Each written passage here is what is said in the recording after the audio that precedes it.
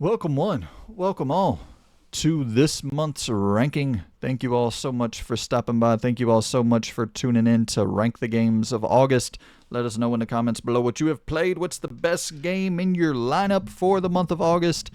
Loon, the docket this month is looking a little bit lighter. Well, at least definitely on my end, quite a bit lighter. I've not had as much time to play video games. But I have had a lot of time for Resident Evil, and I'm pumped to talk about some Resident Evil. But how are you doing, my friend? Yeah, I've played probably a lot more. I think we had to cut a bunch of stuff, but it didn't feel as bad because that stuff that was cut was stuff that's like, because I always just prefer talking about stuff when you finished it, Yep, same. really, more so than anything. Obviously you can give early impressions, but it always feels bad having to revisit it later, like a few months down the line, and be like, yeah, here's this again, and you've already heard me talk about it. Yep. So doesn't feel as bad cutting some of that stuff, but I've played some. It was a good month. There's not really been any. Well, there's one title that I'm going to completely dog on, but other than that, I think I've had fun. Nice, man. Well, shit. Um, if you want to go ahead and hop straight into your negative pick of the month, have at it, Oh my friend. no! If you want to Oh start with no! however you wanna run it, you just let me know and we'll get to the rankings. I'll let you kick it off though. Um, I'll begin it positively. I don't think it'd be good to start off negatively, but because I want to talk about Ready or Not, because it's been something that was on your radar, right? Hmm. Um, you expressed like interest in it, and a ton of people as well. It still is up in the air as to people don't know that you can play the whole game like single player. And it's not like a small brief thing. Like this is like an 8 hour endeavor, like an 8 hour campaign. If you buy the DLCs and stuff like that, you can extend it even more. And it's actually like fairly well crafted. I was actually kind of surprised of going through some of them scenarios that you get placed into. They're actually like really well thought out, and some of them are really really intense. Um, it eases you into like a diner shootout as like your first mission. Very simple stuff, clearing like a small handful of rooms and stuff like that. And by like the end of the game, you're like taking down like a massive drug ring and stuff like that. Like it's huge. Um, but yeah, the sound design in the game is impeccable. That's something that they're like a game like that you definitely need to be excelling at. Um, Weapons feel meaty and stuff like that. I only had maybe one or two issues throughout the entire course of the game, which kind of surprised me. Um, because of like its nature coming from PC and stuff like it's very built in mind for PC. So translating stuff like this to console doesn't usually go smoothly. When you play like say Daisy on Xbox and stuff like that, you can feel like the stiffness of it. But it works really, really well. Yeah, I know it has a physical release dropping I think late September, so I want to Oh, it's pick it out up. now, to Is be it? fair. Yeah. I Nice. don't know if that's for US. I was when I was looking through Amazon UK when I was pre-ordering Metal Gear, it said that it could arrive tomorrow. So I think them physicals are beginning to roll out. Nice, man. Yeah, I want to check it out. I've heard, Mm. it's not like some kind of real story per se, but even without it, like I'm just kind of down for a decent first person shooter campaign. Yeah, Um it's just scenario based stuff. There is story there technically. Like when you're going through the missions and stuff, there's stuff that you can like interact with that isn't like plot critical kind of thing. Like it doesn't you don't have to interact with that to finish the mission, but it gives you insight into what's actually going on in the world, which is kind of interesting. Tying stuff together so when you go into like an early mission, you'll get information on somebody that you'll end up running into down the line and stuff like that. There's no dialogue from your character and stuff like that. It's all just it's just perspective based kind of thing. right. But the Yeah. game's incredible. Like the customization is really, really damn good. You can customize everything about your character, what he looks like, armor, weapons, and stuff, and you also kit out your entire squad. They have their own passives that you work towards. So when you finish, say, usually about two missions, they unlock that passive. but then it's like if they die, they die, and the entire squad, other than yourself, you carry on no matter what. But the entire squad has like a stress meter kind of thing. So if like a mission goes really, really poor, you can get to the end of it and say maybe one of your teammates lived and the rest of them all died, so the other three died. He'll just retire. He just leaves the force and stuff like that. Like there is a little bit of like reactivity to that. They also need to go to therapy and stuff if they get too Oh, stressed and stay in. So yeah, it's got like that just them little tiny tweaks, like of detail and stuff like that, that probably didn't need to be in there, but it just adds to the game. When you're right. launching the missions and stuff like that, you listen to like a debrief log.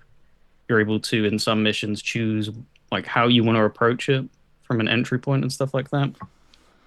And oh my, some of the missions are really, really, really difficult. Like you have a university that gets attacked and taken hostage, and they plant bombs and stuff like that. And they're not messing around. Like you have 10 minutes. If you don't do it, like it will just go off. And there's no like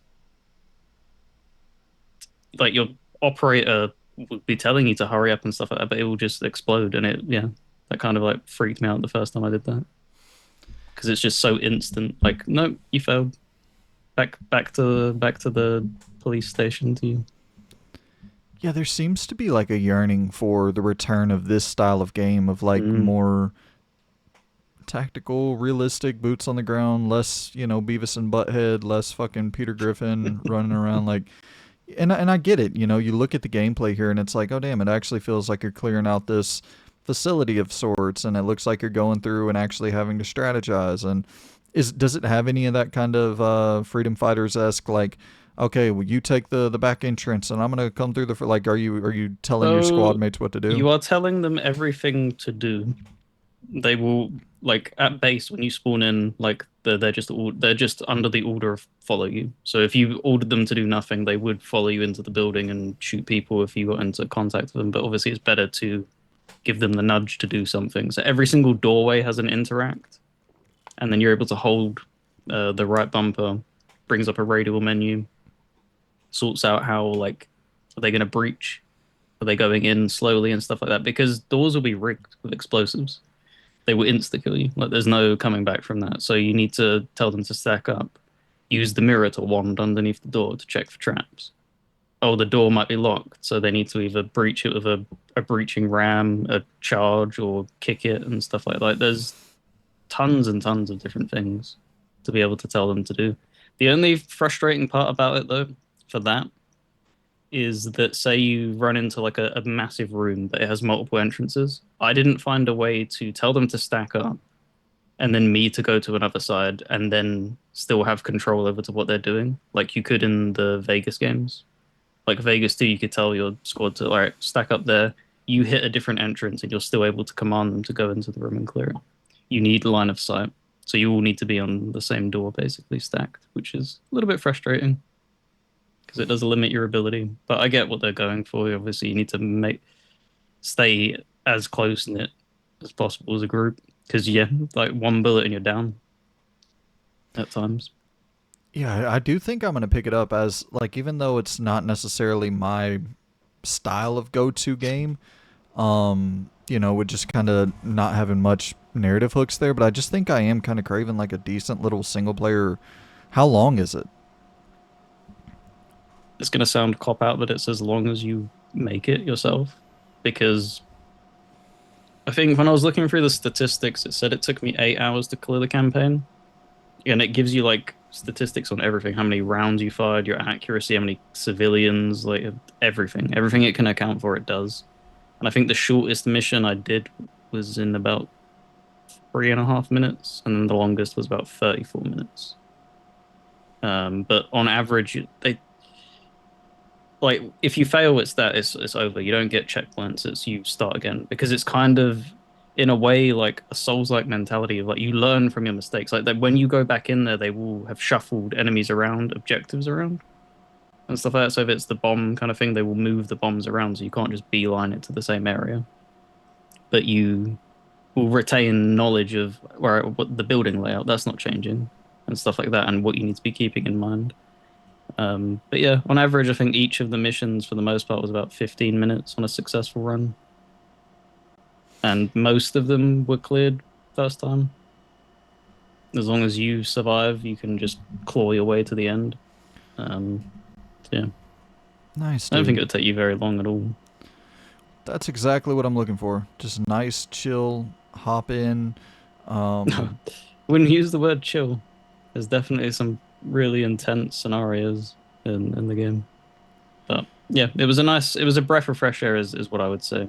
It was nice to have that kind of experience again because they're so rare. They're never going to come back in this way. This is always going to be a niche thing because the majority of people are not going to have the patience to literally clear rooms. Like you can't just run in like it's you can't is there's not even a sprint button in the game. Like it's take it slow and steady. well, where would you rank that bad boy? Remind me of the rank. It's S to what? S to D. And then we have, I can add the didn't finish tier for the games we didn't finish in a Um, second. I think I finished all the stuff that I put on here, so that'll be for you. I'm gonna rate it actually S for me. This is I had one crash in the game, and then one instance where the squad just didn't like their brains just didn't register. Like you told them to stack up onto a door, and it's like, all right, breach and clear, and they just stood there staring at the door. And it's like, okay then, cool. But everything else, like it's what I would have wanted, and it's what I've been yearning for. And it was the type of thing of like seeing it on the store. I was like, oh, do I really pay full price for this? Do I take that risk? Like a game like this is very PC centric. Sometimes coming to console, it's not a good translation. Is it going to be even as good as people are claiming it to be? But I'm glad I took the risk.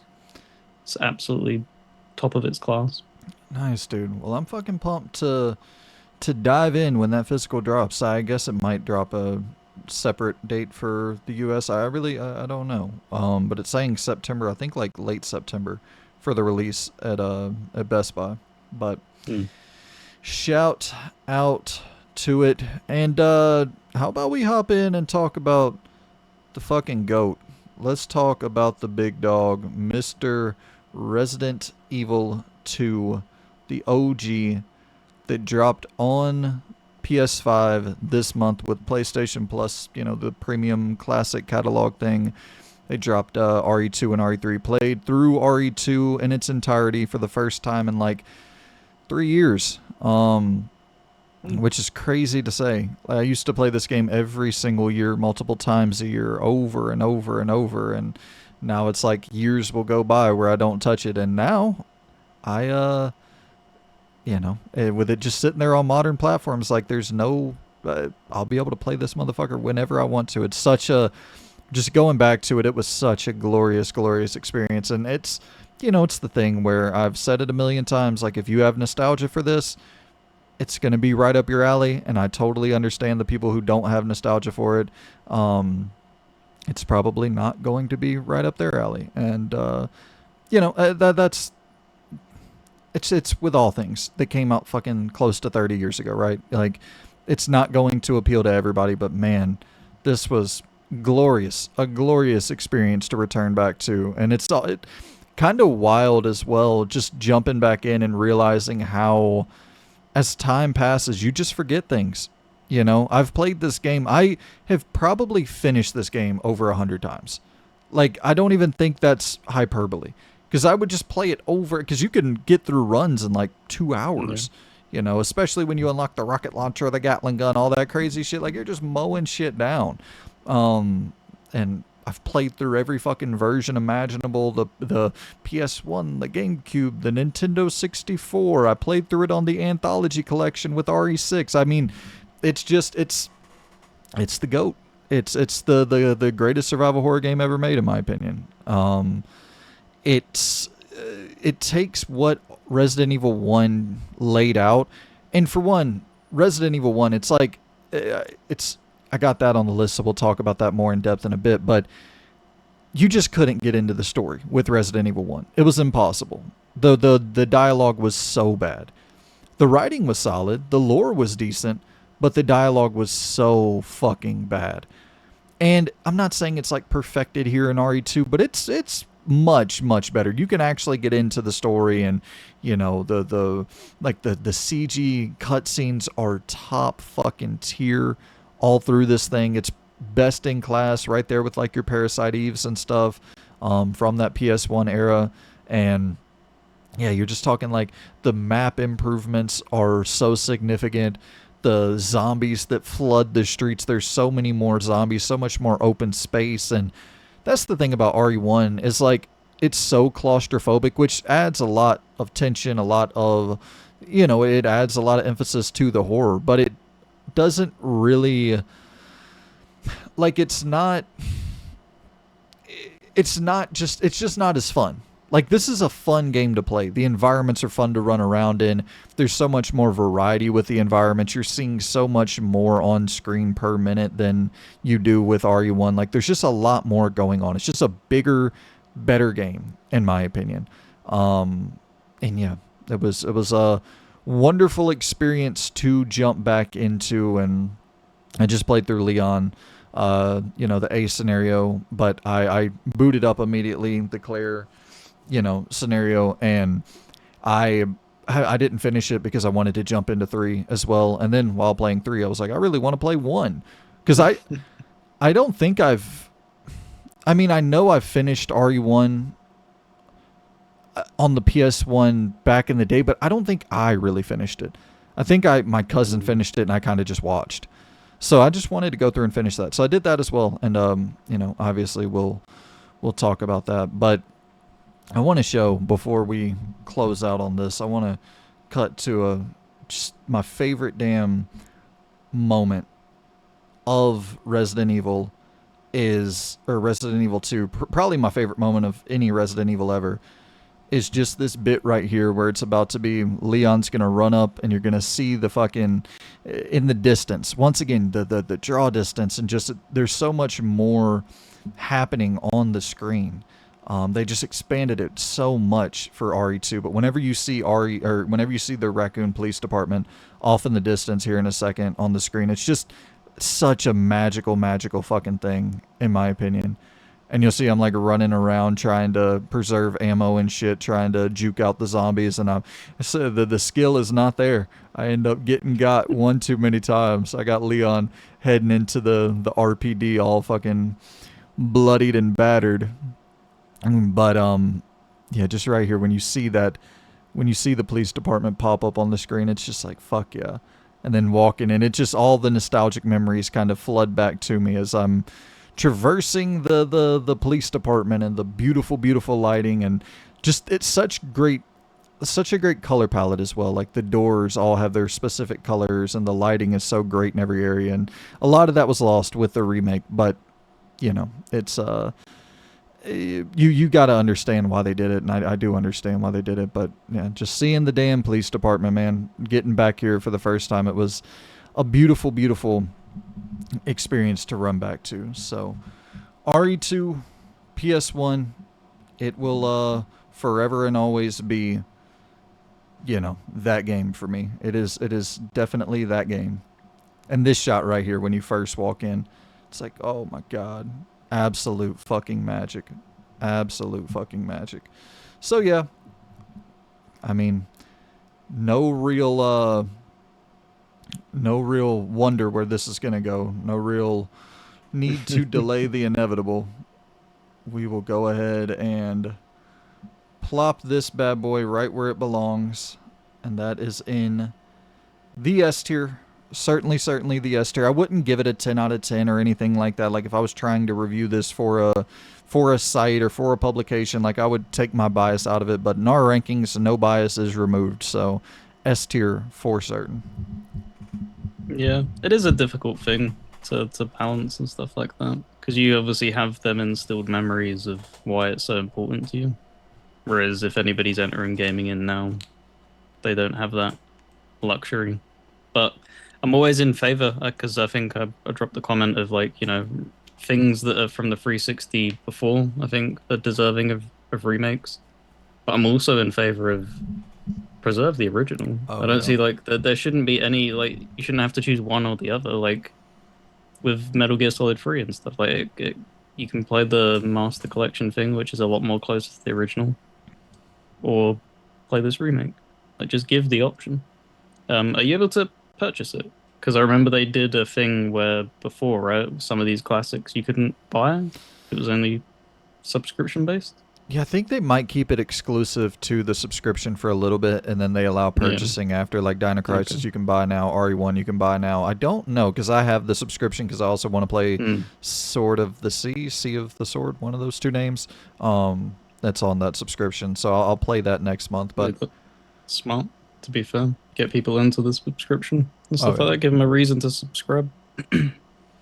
yeah, and they got a great subscription over there. Like I really do think that with their focus on the handheld space, because that's what people want with their handhelds, right? They want to play like Nintendo games or they want to play like old games. Like, I don't really think people are jumping into handhelds to play like brand new games, like big budget AAA things, and not at a mass level, obviously. So having just a catalog available where it's like jump into some old shit and play through your classic library right here for whatever, I don't even know, $10 a month, whatever it is. That's actually, it's much more than that. I think it's like closer to 20, which that's steep, but I think they should separate it once they get to a point with the classic catalog where it's like so stacked, which it is getting to that point Yeah. where it is so stacked, where it's like separate it and make it its own $10 a month thing. Yeah. Yeah, it is strange because I think what was it? Microsoft just did that with I don't think they've separated it. They've given access to lower tiers for the cloud stuff, which was only exclusive for the Ultimate tier members, I believe. I think they've just literally done that in that past week. Um, Considering how hard they're pushing for it, it just made sense. Like, why are you not giving this option to everybody? It's kind of wild that you're only exclusively tying this down to the Ultimate members. So yeah, I think that could be a good shout. Breaking it Absolutely. off and having it as its own little tier thing. For sure, man. But what do you have next on your docket that you want to rank, my friend? I'm gonna go with Nine Kings. So it's kind of weird. Obviously, I still primarily play 99% of my games on the console, and then I usually have I've got Balatro and Football Manager that is always playing on the laptop now. I always have one PC game on rotate, and flicking through the PC Game Pass releases and stuff like that. This one kind of flew under the radar for me for like a week or two, and I was like, "What the hell is this? This looks interesting." And it's a little indie game. Is a They class it as a roguelike kingdom builder. Um, and it's got all of the little addictive tendencies that really scratch like all the things I like. So like grid based, um, yeah, roguelike. It's just tower defense in a way, but it's not. But yeah, ended up 100%ing it. Just completely became addicted to it. It's like, my God, this is really good. There's not really much to say on it. It's a fairly like little tiny game. It's just merging as well. So every unit has like three levels. It's cards that you're drawing each round when you survive it and stuff like that. And it's just once you get down to three cards, because you can have more than three cards by other abilities and stuff like that, then it just rolls immediately as to whatever you're doing to get into the next round. But yeah, pretty decent, and it's not expensive. It's like $10 if you want to buy it. So it's just these are the types of games which I do feel like Game Pass should be focusing on. If I'm being honest, because I was looking at Co Carnage doing a little like interview thing. He's like helping publish a game or something, and he was looking at like what options he had. And he did discuss like the Game Pass deals, and it is basically what you would probably guess. It's like if you have any doubt about your game, or you think it has a really small ceiling and you need it to just gain like mass appeal, get into a lot of hands, and just you know that this isn't going to sell shitloads of copies. Absolutely. Like all the deals that are on offer on the table are really good. But if it's something like like Helldivers, for instance. There's no way in hell they were going to put that on like Game Pass. There were people calling for it. It wouldn't make sense. Like the game's going to sell. It doesn't need because the it's not favorable deals for a game of that quality. So, but Yeah. I assume Nine Kings got a really nice big fat sack for what it is.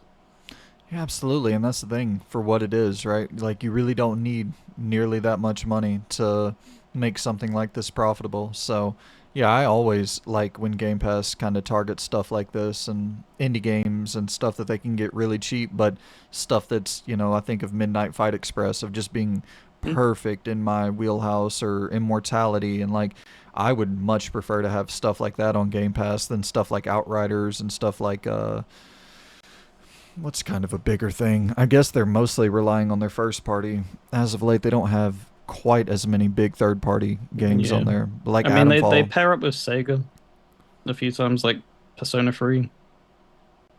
That I think that probably could have not been put into the subscription. I think the people who are gonna it's such a small niche base. The people who are gonna be playing it on Xbox would have purchased it anyway. Hmm. I don't think that's wild to really say. It's I don't know that like there's probably a few people that got exposure from it, but not unless it was a really favorable deal. But I don't think it probably was, to be honest. For Microsoft, I mean, they probably have to pay a shitload of money for what it is. Yeah. Well, dude, the Kings have been nined.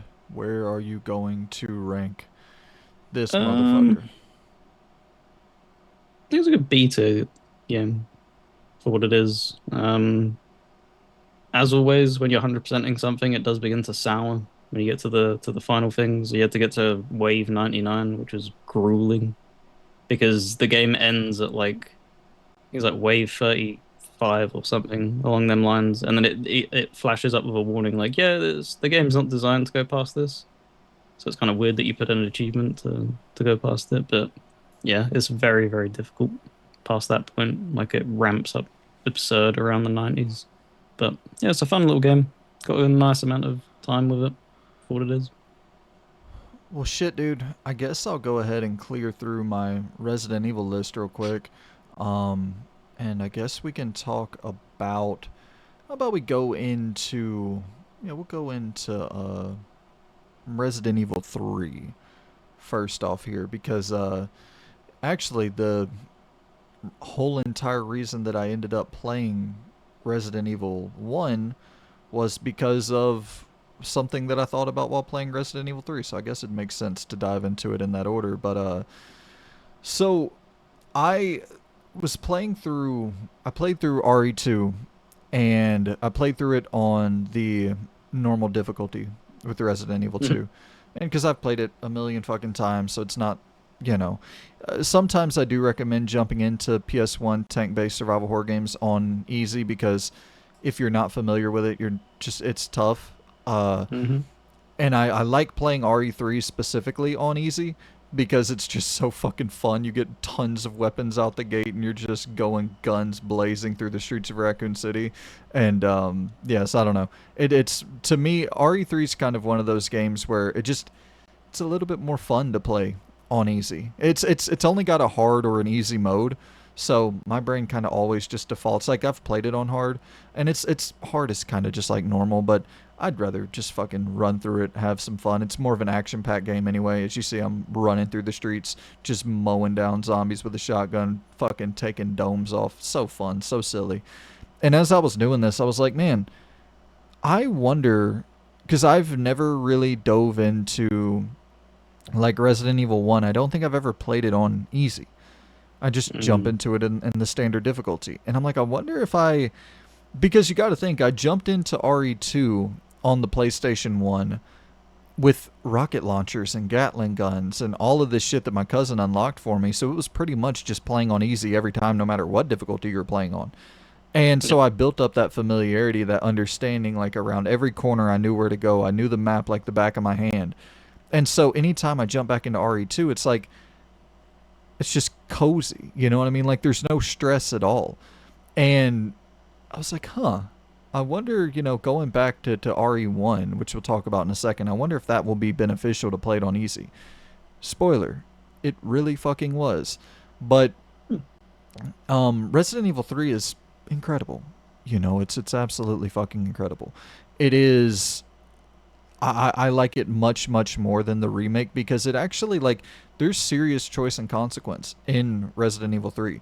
Like, will you flee from the fight? Will you stand and fight? Will you take this path? Will you take that path? Like, there's actual like it pops up in the middle of the game on the screen. And it's like pick one or the other, like Until Dawn QTE style. It's kind Mm. of fucking wild. Um, and so yeah, I put probably about 2 hours. It's only like a 3.5 hour game, something like that. It's really short, but I definitely will finish it. But for the time being, I just kind of wanted to dick around, play as old Jill. Haven't had many chances to play as Jill, unfortunately, and well, I guess 2020 we had the RE3 remake, but she hasn't been seen since. What would that have been like? Revelations 1, I Yeah, guess I was the about to last say time, Revelations would have been the last one. which is fucking crazy that she hasn't appeared in a Resident Evil game since 2011, 2012, whenever that came out. It's the OG, like she's so fucking instrumental to the series and just like been left on the fucking cutting room floor for a decade while Chris and Leon and I guess Claire has kind of been left by the wayside as well. That was 2015, 16 Revelations 2, but yeah. Anyone Um tied to Revelation, female wise, was did not leave very well. It appears. well yeah, even fucking Barry, you know. So hopefully RE9 we can get a little bit more of that classic Resident Evil cast thrown into the mix, but no doubt I had a fucking blast playing the little bit of this that I did and just taking fucking domes off with a shotgun. So I once again I didn't finish RE3. The I think you could rank it, but you have finished it in the past, though, right? yeah. So I think you can rank it as a finished title. I So doubt that you've forgotten everything. no, definitely not. I would probably say like overall ranking for RE3, I'd probably put it in the I mean A tier. I think A tier is fine for this. If I was to review it once again, it'd probably be like in the 80s, like mid to high 80s, probably more mid 80s. So maybe that's more a B range. But I'm feeling nostalgic today, so we'll drop it in the A tier. Yep, you gotta buff that list up. Well, shit, dude. What do you wanna rank next? I mean, you can knock out RE1, right? They're all paired together, right? I'll let you do one. All right. Well, Because they're so interconnected. It would be different if it was like you jumped in, but it seemed like it had a influence over what made you leapfrog to each one. this is actually shocking. RE1 I'm gonna put in the S tier, right Oh, alongside Resident Evil 2. damn. Dude, I just did not really. I didn't respect this game as much as I probably should have. And once again, nostalgia is a motherfucker, right? Where whatever the thing is that you're most nostalgic for, that's kind of the way that you're going to, um, that's the way that you're gonna view shit, unfortunately. But all right, so I stupid fucking blunder on my end. I forgot to grab footage for RE1 the original, but I was also playing RE1 the remake, and I did grab footage for that as I've been kind of playing both back and forth. So at least I do have footage for this one, but it's not. It, yeah, not sufficient. My bad. Dumb fucking mistake. I think I did grab footage. I think I just forgot to upload it. So apologies, guys. But I RE1, the original is really the one I want to talk about because I haven't finished the remake yet. I'm still kind of dicking around with the remake. I just got locked into the original. Um, it's just a totally different atmosphere, a totally different vibe, a totally like it's just a very very different style of game. I mean, I know it is like directly remaking that, but I mean, there's so many differences between the remake and the original. The remake, they have zombies busting through the doors, and there's, it's just, honestly, it's much more difficult. The remake is than the original, and the original is just so. I got into this like super chill vibe with it. Once again, dropping the difficulty to easy. You have the little rewind feature in there. So like with all Mm. the classic games, you can just rewind at any time. So if I fucked something up, and it really isn't a situation, once again, with it being on easy, like it is just fucking easy. You're getting so much ammunition, so much, so many shotgun shells and bullets and green herbs and first aid kits that you're not really in danger of like dying all that often. More so, it's like, oh, I forgot. I'm doing the puzzle and I forgot this one thing, and do I really want to restart from the fucking last time that I used an ink ribbon, or do I want to just press this rewind feature? 2 seconds, I'm back in. I don't have to waste 10 minutes, and like it's such a nice feat, especially for older games where like Mortal Kombat, they have that for the Legacy Collection, the rewind, and I think they have it with the Capcom Legacy Collection, the Fighting Collection to some degree. Maybe not actually, but just having these older games where you can rewind is so fucking crucial because it's not really. I thought about.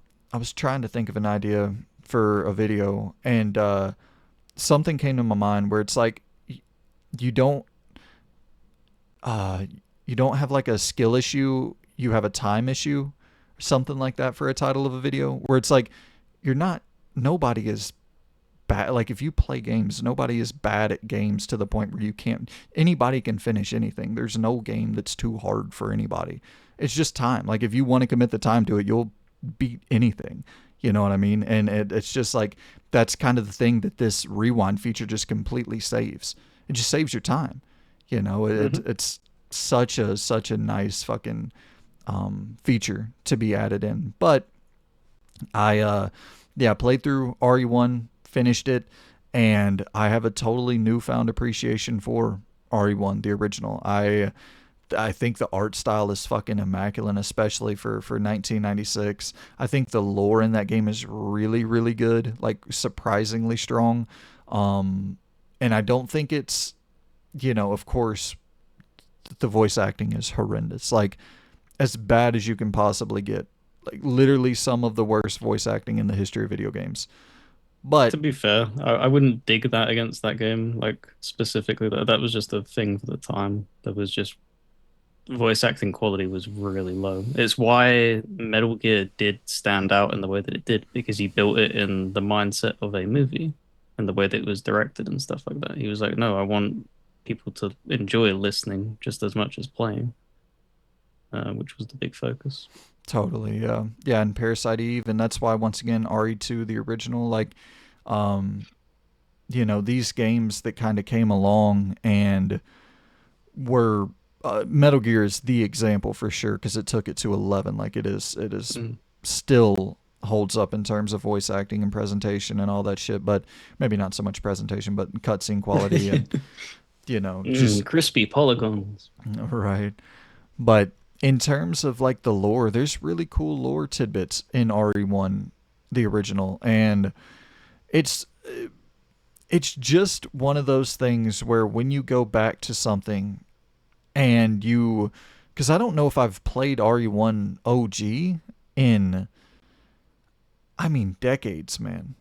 You know what I mean? Like I never had any nostalgia for that game. Never had any real connection or care for that world. The Spencer Mansion I always thought was like, man, it's just so suffocating. It's so like I'm seeing one thing non fucking stop until you get to, until you get sort of towards that outside area where you get the fucking crank and you're able to, you know, let that bridge down and go across, and then it opens up this new sort of underground section, and it's like at that point that's when I really start digging that game, but I never really liked the mansion. I was like, dude, everything looks like everything else. I feel like I'm just backtracking in circles, and I felt that way about the remake as well. And that's actually one of the surprising things.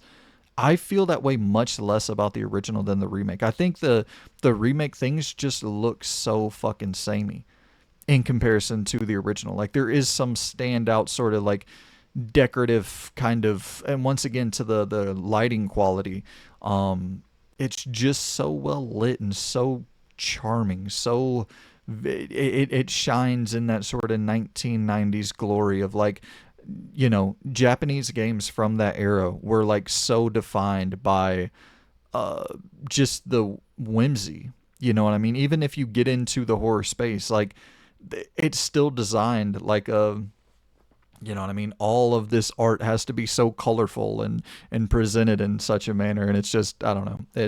It's a really, it was uh, very much a revelation, for lack of a better term, to connect it back there to Resident Evil.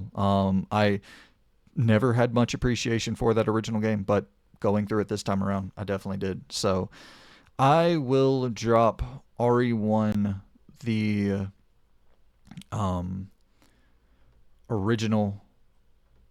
I'll put that bad boy in the S tier.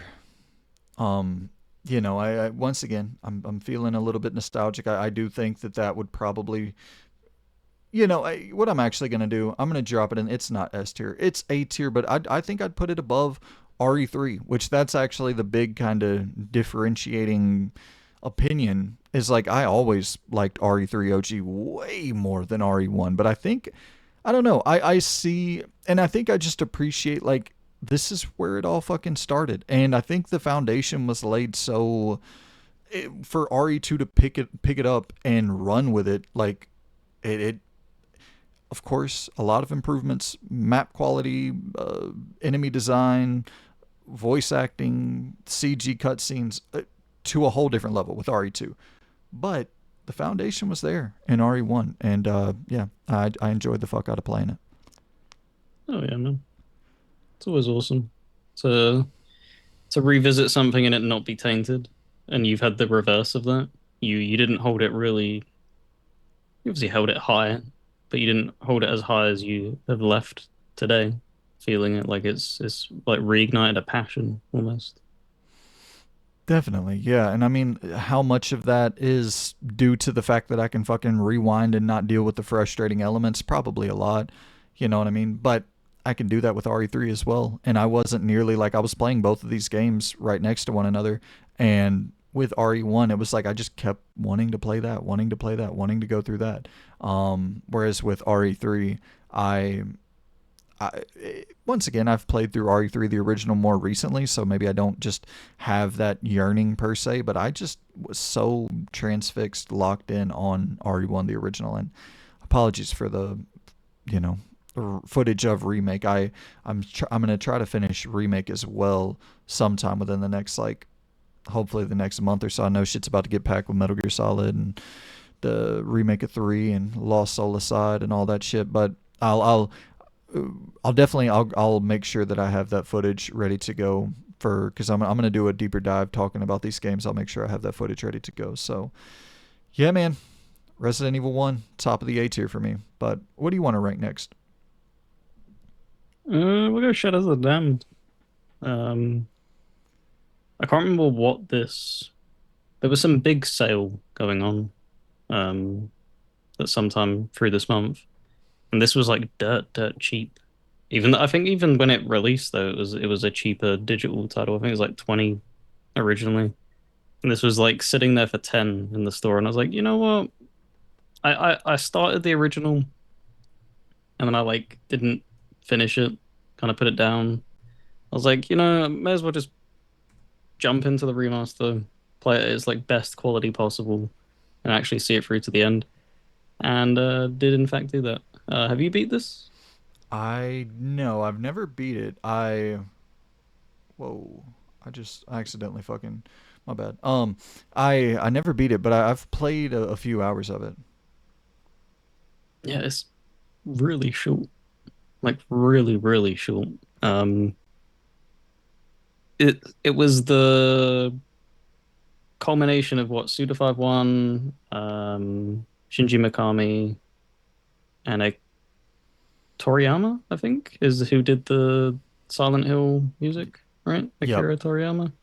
Uh, He did the soundtracks for this, I believe, as well. It was like a perfect triangle of everybody coming at their best, really. Because I think it's a game where it doesn't all fall into place perfectly, by no means. Like it's not a perfect game, but they if you could tell they all had fun making this. It was just a game where they all got to get together. There's nobody really holding the reins, and they can just be creative in their own right. Because it genuinely does feel like I'm playing RE5 when you're shooting, and the moving and stuff like that, and the way the exploration is based. The comedy is of course Suda all over. Like every opportunity he can be to be a raunchy fella, he will put it in there. And then the music is incredible. Um, yeah, I enjoyed it overall. I think it has major pacing issues. I don't know how far you got into it, but you have shortish chapters. Maybe they go for like 15, 20 minutes, and then one where it'll be over in 2 minutes, another where it'll be 40 to 50 minutes. And then I think there's three of these. There might have been more. I stopped keeping track. It has shmup sections in this game, just yeah. out of nowhere, and it's like, what the fuck are you doing?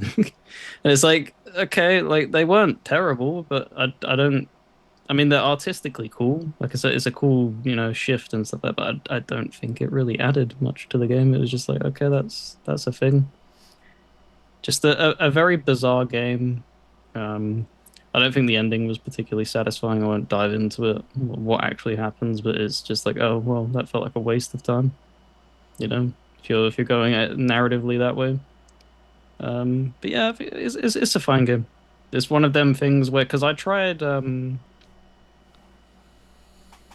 I don't know if many people hold this in the same way that I like. Whenever I think back to 360 games of this type, there's just two that spring to mind. It's this and Lollipop Chainsaw, and they were Mm. both. I never finished both. They kind of just had that weird quirkiness and stuff like that. That kind of I didn't dive into them straight away. When I did dive into them later down the road, never really finished them. They remastered Lollipop Chainsaw, and I tried to play for it, and it's a terrible game. That's bad. It blew my mind of not only because they're saying they're making sequels out, like they're making it into like a franchise almost. It's like Yeah. if it's gonna be of the two, I would have expected Shadows of the Damned to have like a fucking massive success. Like this, I'd yearn for that more than that. It's like I get it, the appeal visually. Maybe is that really enough to carry a franchise? That's insane. Yes, it Because that is. game plays like arse. Well, Like I was playing it, I was just like, wow, this is terrible. But yeah, that meaty, crunchy combat, you can definitely. It just feels like RE5, just with a comedic twist. and you can move I and think that shoot, was. Yep, which is fucking wonderful. yep, and yeah, the kind of started reusing a lot of stuff, but it's just that I think that's just the 360 in its DNA in its entirety. There was a lot of reusing of stuff, so thankfully it didn't overstay its welcome. I'd probably say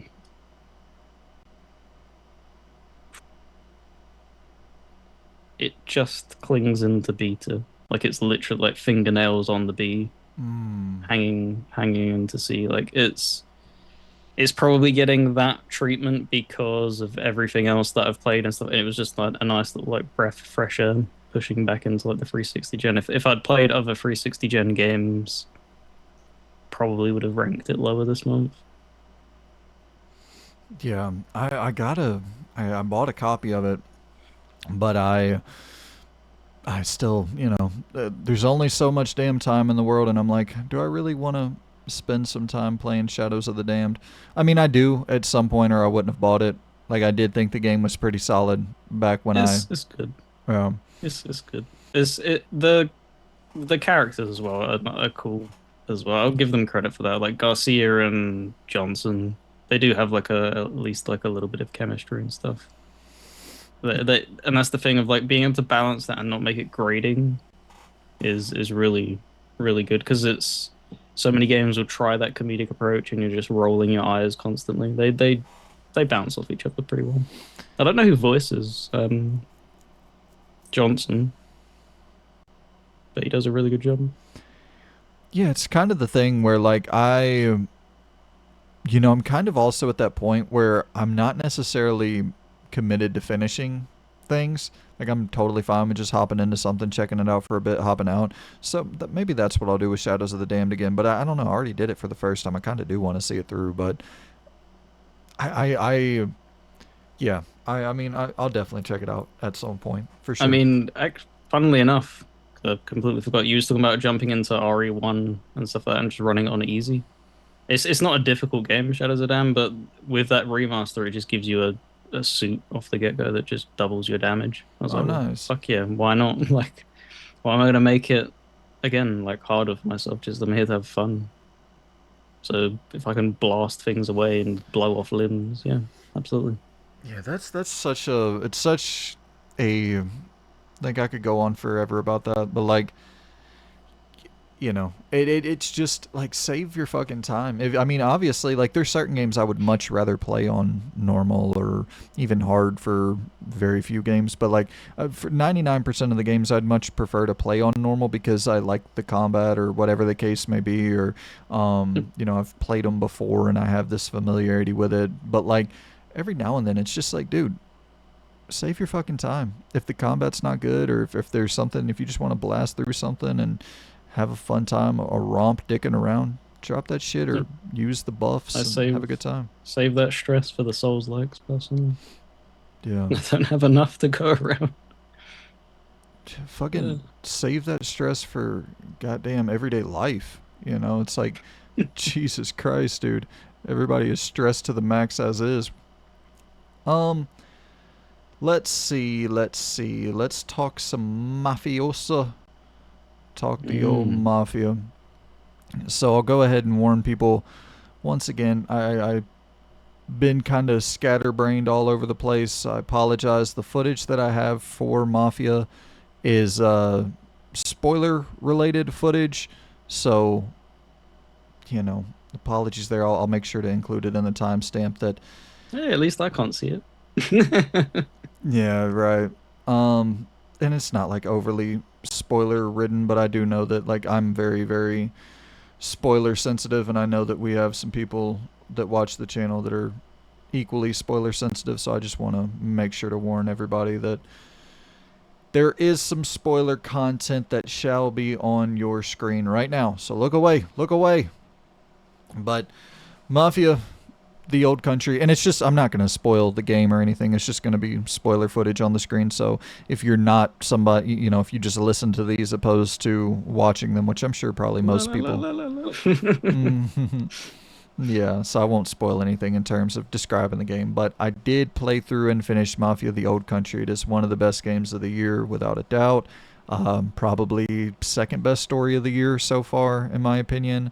It's up there, man. It's god tier storytelling. For people who just want some kind of adult and mature mob stories. We don't get very many of these at all, and it's such a delight to see this come back. You know what I mean? I don't think it's necessarily going to win any awards for innovation in the gameplay department. It's not the most innovative video game in terms of the mechanical aspect of it, but I do think the whole Fight Night-esque knife battle system in the old country is fucking sick. I had a lot of fun going through and just fucking people up with my knife and lunging and attacking and daggering motherfuckers with that thing. And then, with the shooting, it's like totally standard, totally fine shooting. Like nothing about the gameplay is bad, and I kind of see people digging out Mafia for not being overly innovative or not having anything that's super stand out in the gameplay department. I'm like, man, did y'all not grow up with like Metal Gear? Did y'all not grow up with even The Last of Us and Uncharted? And it's like, dude, none of these games are like, and The Last of Us 2 is obviously god tier gameplay, but like Uncharted 1 through 3, that's not god tier gameplay. Metal Gear Solid 1 through 3, that's not god tier gameplay. The Last of Us 1, that's not god tier gameplay. They're here to tell a story. You know what I mean? Yeah. Like, it's just it's weird. Like, JRPGs will get such a pass in this department, or like a lot of other different styles of games that absolutely do focus on story over everything else. But then something like this comes along and it just gets drugged through the mud because it's like, well, hey, you gotta be on par with fucking The Last of Us 2 or Uncharted 4 to even consider yourself worthy of this space, or the GTA 5 or whatever. It's the perspective of the particular fan base. Because the thing that blew my mind, like I didn't pick it up and stuff like that. The very first thing when the game launched is I knew this was going to happen. Like there were going to be people that are trying to pick it apart and compare it to all these other open world things. But there was like people making a fuss that you can't. There's like a harbor scene or something, like a harbor boat area. And Yeah. they're like, you can't swim. Okay, so why the fuck are you making a deal out? Like it blew my. It's just like, what are you honestly doing? And like, see, this game is like it's a 2025 game. It's a crime game. GTA has had this for years and stuff like that. It's like these games. There's a reason that you chase them all the way. It's because that's the kind of comparison. Like, Yep. because that's what I will give JRPGs and stuff like that. The credit is that you know what to expect. They don't really expect much in like going above and beyond. But it seems like for crime-based games and stuff like that, because GTA is in that genre bundled in it, it just has unfair like standards that it then passes on to any other game that wants to even try and briefly flirt with it and stuff like that. Because I don't think it should be even compared. Mafia, like it does something completely different to what GTA does. But it's a lot more. It's so much more compact. Because that was my big problem with Mafia 3 is that it wasn't as compact as it should be. But it sounds like the old country, from what I've heard of people who've played it in the Discord and stuff like that, and I think yourself hearing you talking about it, it just seems like it's gone back to what you'd expect, what you'd want from a Mafia game, and that's just it. Like you don't need, like you said, it's not going to win any awards and stuff like that. So it's what the fans want. That's all that matters. And as you, as a fan of Mafia and many other people that I've heard, like it's like, yeah, man, this is what we wanted. It's what I've been yearning for. I will say, in terms of not winning awards, like, I obviously not for any sort of innovation, gameplay, anything like that, but like, if it's not nominated for Best Narrative of 2025, like, we're truly, we're in the worst timeline, if that's the scenario. Where, like, I'm looking at what could be in there. Kingdom Come will absolutely be in there, deservingly so. Expedition will absolutely be in there, deservingly so. Um, uh, It worries me because it's the type of thing of like, because I still don't know where their thing is on like remakes and stuff like that. Are you gonna try and make an argument for Metal Gear Solid 3 to be put into that category? I would be Because pissed. Rebirth got it, and it's like this is where the remake thing gets really blurry, and it's why I don't like it at all. But see, like Kind of with thing. Rebirth, they tell a different story. You Yeah, know, it's like, but what the that's fuck? the thing is that once you start to open that door, more leniency goes, and it just, like I said, it blurs the line. But yeah, I would be shocked because how many is it? It's five, right, for subcategories. Yep. It's not six. Six is for game of the year. Mm. I don't think there's five other games that are going to rival its narrative. Because this is the thing of like I've always thought that Mafia's narratives are really damn strong. It's just what like with even with Free's narrative was fine. For me, it's the weakest of the three that were existing in that time, but it still told a fair story. So Yeah, I would be shocked if it didn't get a nod. It'd be I crazy.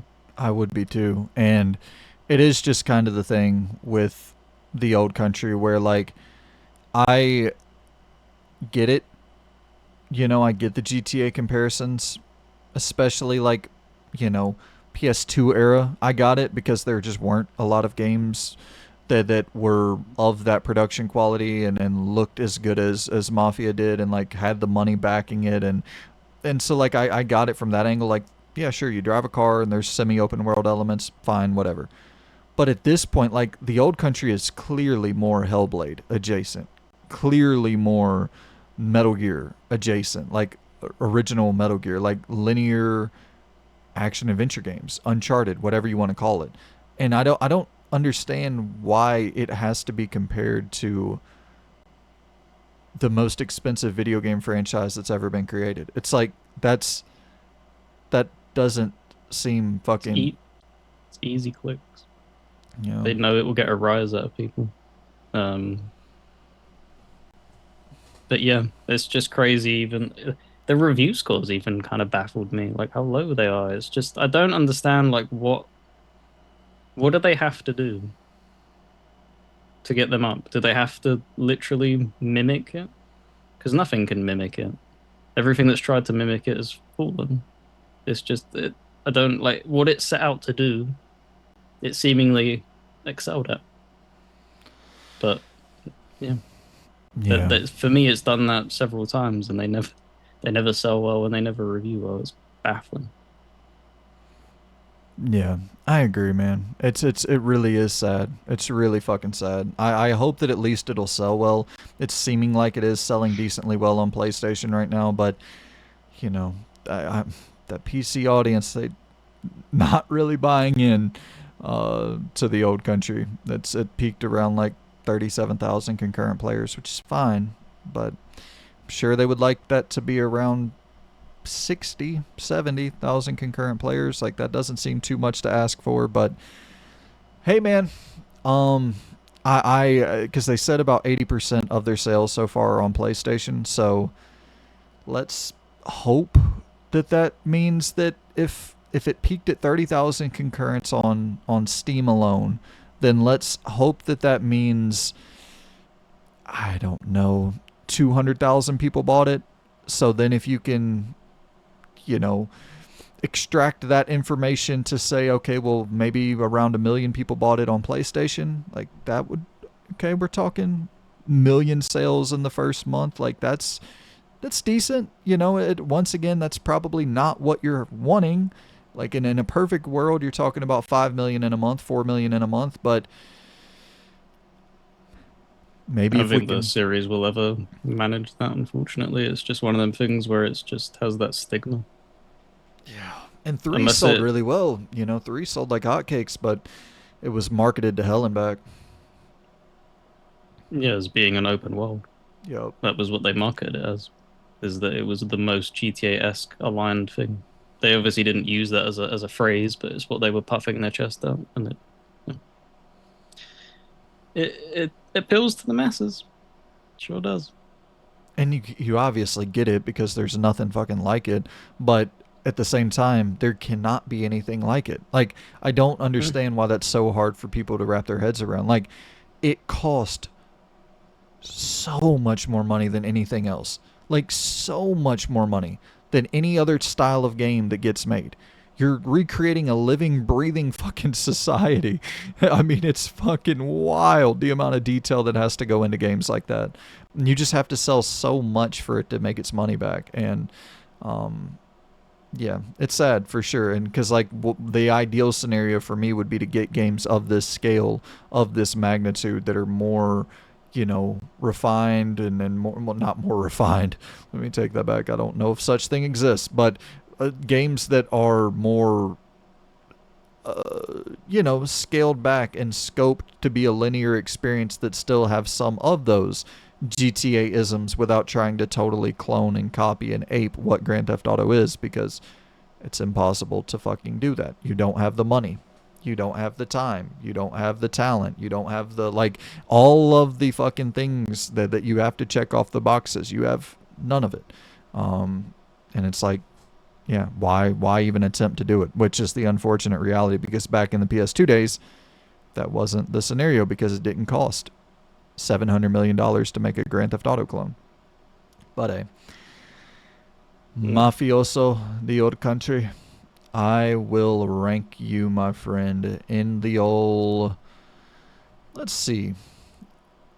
Where should the old country go? Let's I look at. won't lie, I'm kind of surprised it didn't auto enter S for you. No, Is no, it no. not that hot? It's not S tier. No, not for me. I mean, Okay. it's definitely A. I would say. Yeah, I'd say A, and I would I definitely like it more than Resident Evil 1 and Resident Evil 3. So I mean, it's somewhat flirting with that S tier. I would say, but it's once again, when you're talking S tier, I think you're talking, for one, nostalgia, Resident Evil 2. But modern times for me, S tier, like I really am looking for, and that's the thing, right? Where I'm not saying that people have to accept and rank Mafia as the greatest game of all time, the old country. I just wish people would accept it for what it is, which to me, it's like a fucking A tier video game. Like, that is a great thing to accept in the current climate of video game releases, to get something that is that narrative rich, that story driven. But yeah, it lacks a little bit in the gameplay department. I don't think anybody would deny that. So for me, A tier for talk. How's that as an, an abbreviation? Just gonna call it talk from now on. Mafia talk. Uh, okay. So now we are left with, I have two games left, and you have the old autos. How do you want to start picking apart the autos?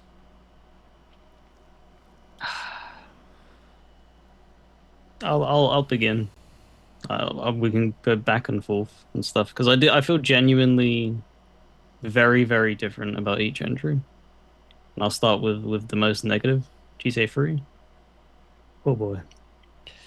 I have I don't think I have like when you sit there and like delve deep into the mind, I don't think I have any nostalgia for this game. I never played it when it obviously came out. Too young. Well, I wouldn't have been playing this at like 3 years old. Um, so the exposure would have been much later, therefore comparing it to other things. I never got particularly far in the game in the attempts that I'd tried to play it in the past. I think the furthest I got was like maybe 5 to 6 missions in, and just been like, wow, this is rough. And I'm not really enjoying this. And if I wasn't planning on talking about it and stuff like that with the essay thing, I probably would have dropped it as well. I didn't enjoy it at all. Like there's stuff when you're looking at it through the lens, I can respect the vision of when it's where it's coming from, like that the year of release and what you tried to do with what you had. Yeah, revolutionary. The longevity of how impactful and how good that lasted, it very, very, very short, I think. Like it's not a fun game. It's not it's not well crafted. Like some of the missions are really just terrible. It's the type of thing of like you're probably being creative, but you didn't really think it through, kind of thing.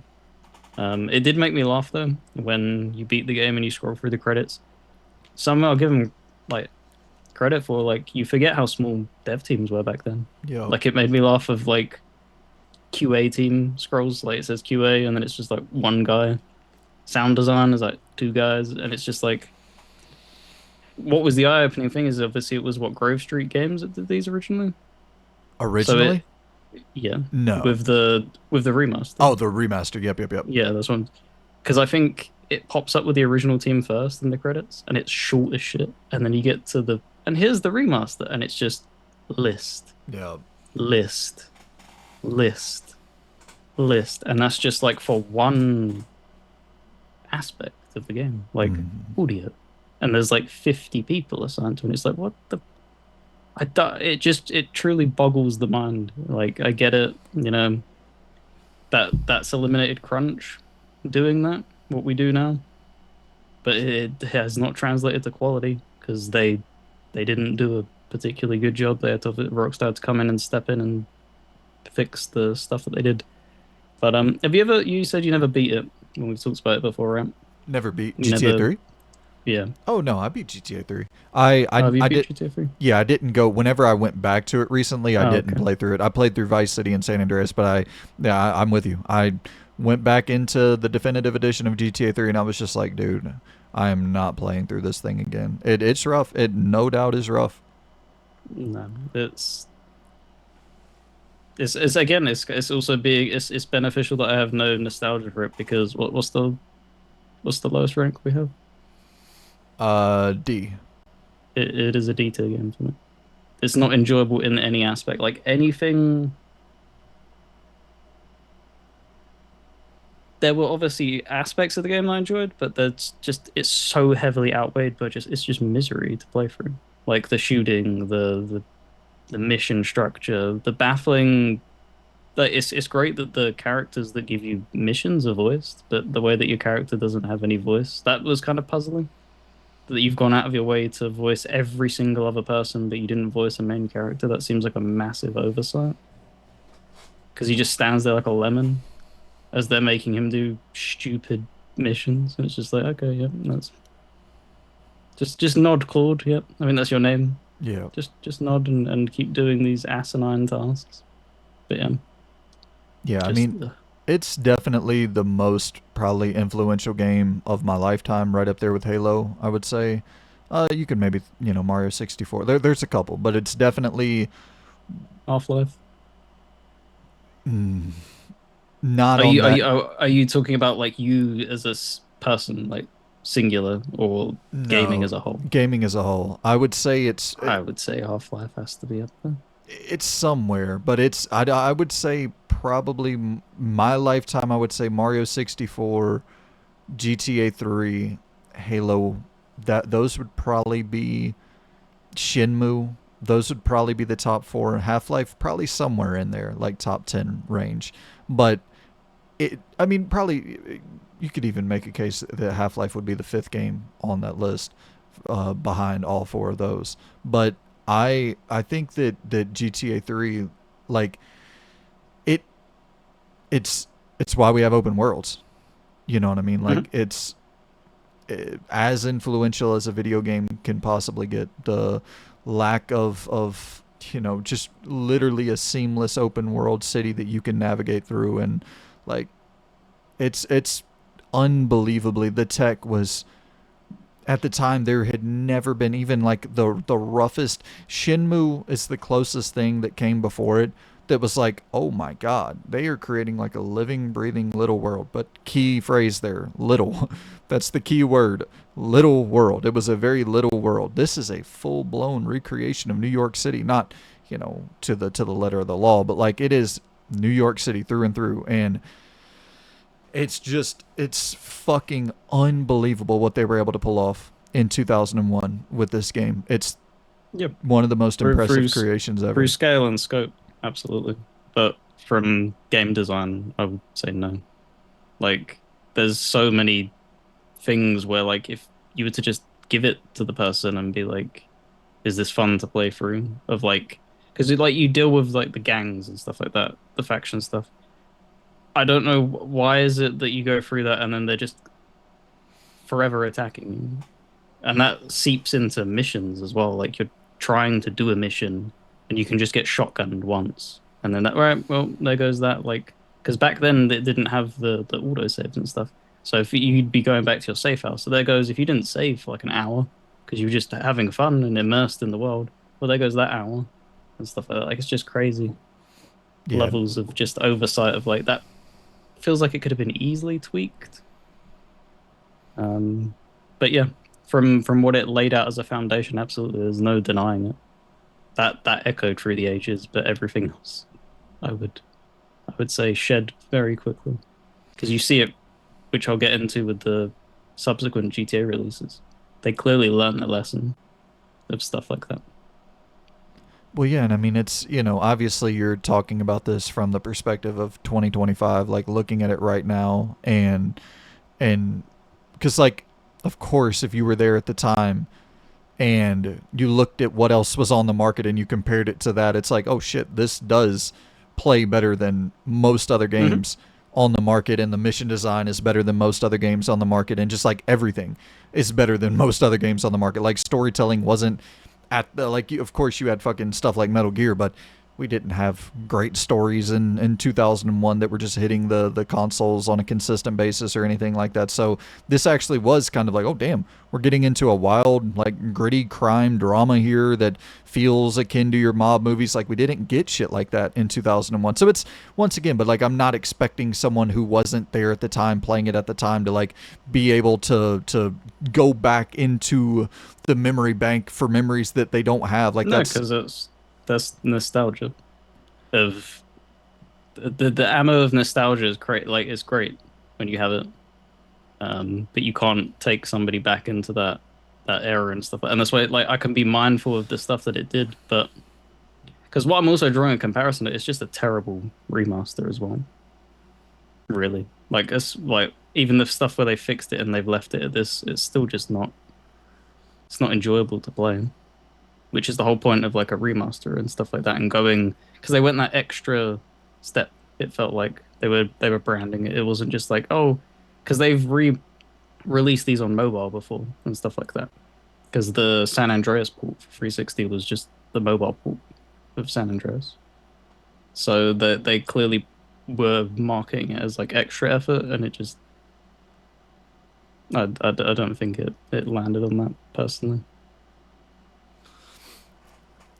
yeah, I mean I agree, dude. I going back to it last year, I was like, holy shit, this thing is fucking rough to play in 2025. One of my favorite games ever.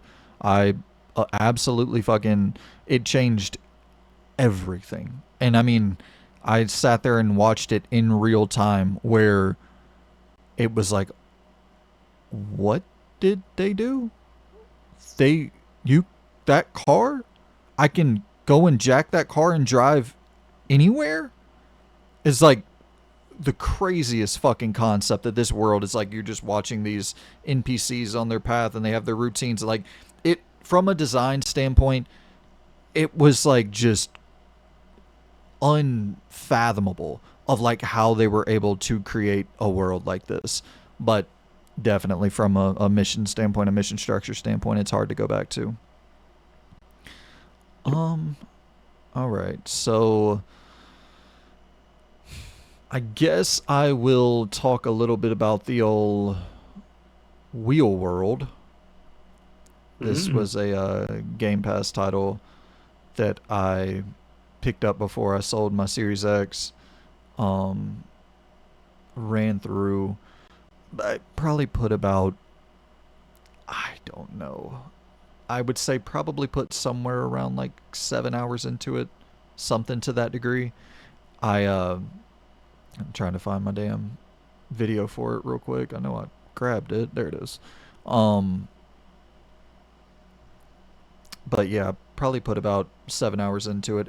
You just race around on a bike in a open world, and it's not like overly difficult, overly challenging. It's just kind of simple, chill, really pretty visuals, and you hop in and just do some damn racing.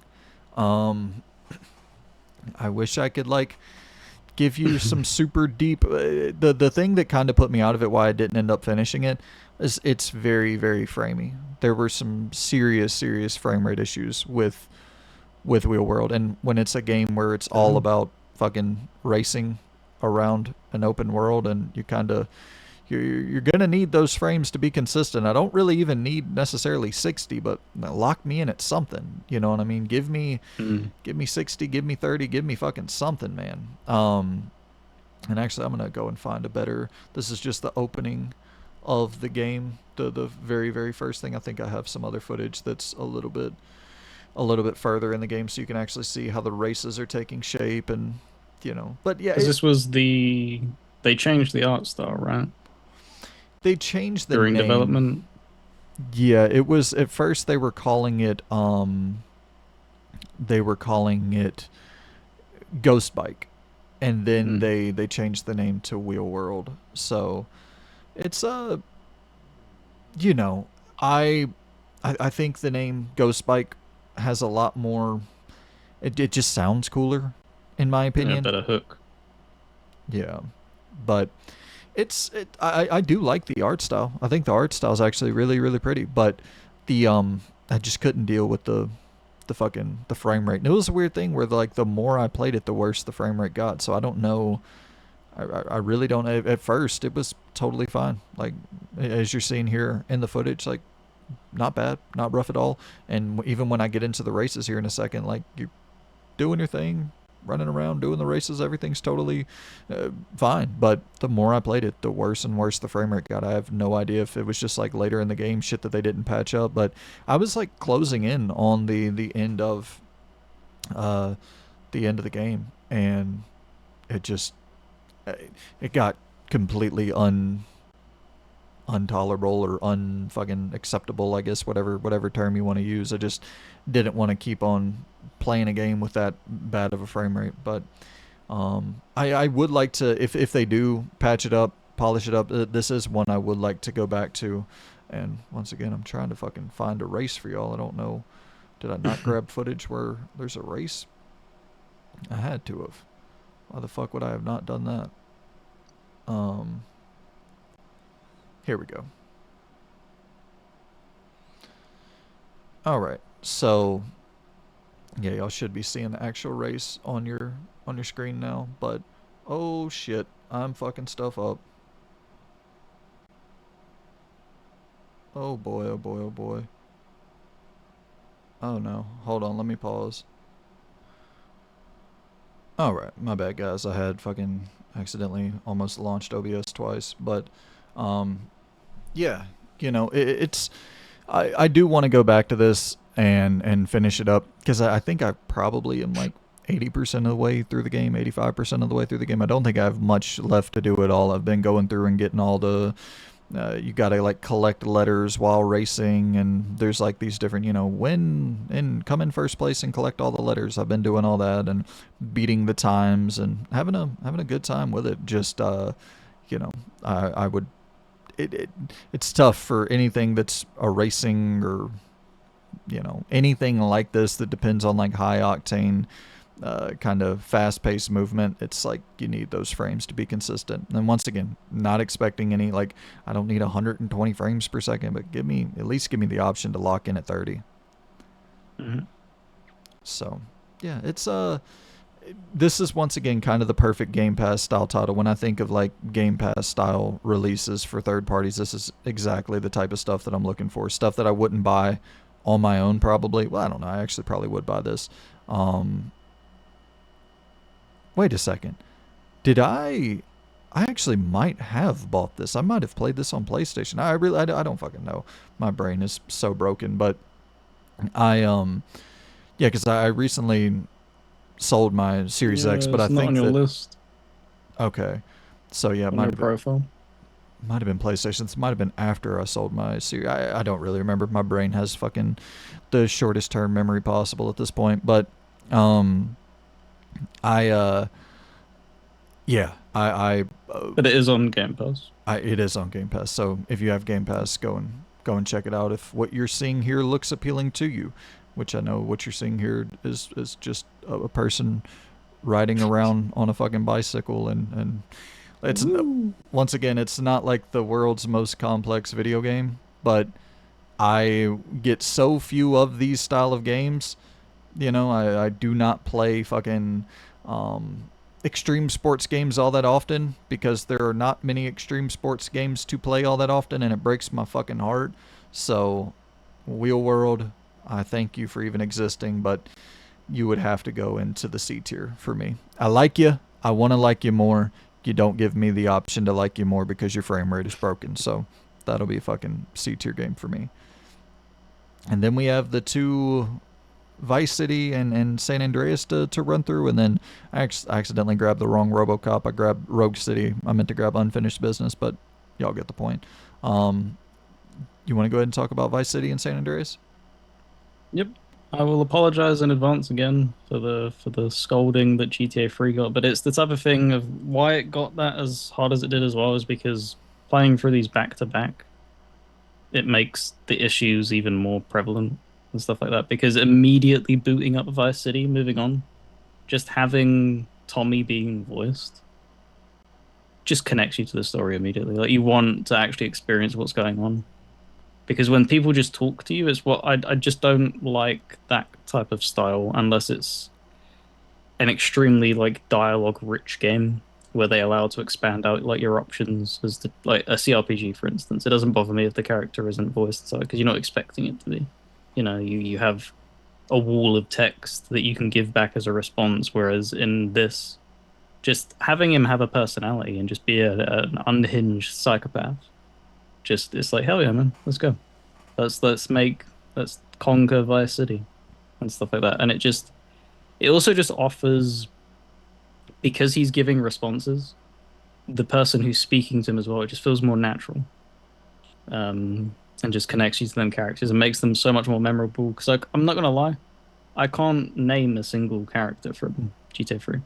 None of them made an impression on me. There's like a Donald Trump, I think, like comedy gag, and I think the Italian mobsters are meant to be like Sopranos nods. Like a lot of it is that kind of thing taking inspiration, but like you remember so many more characters in Vice City.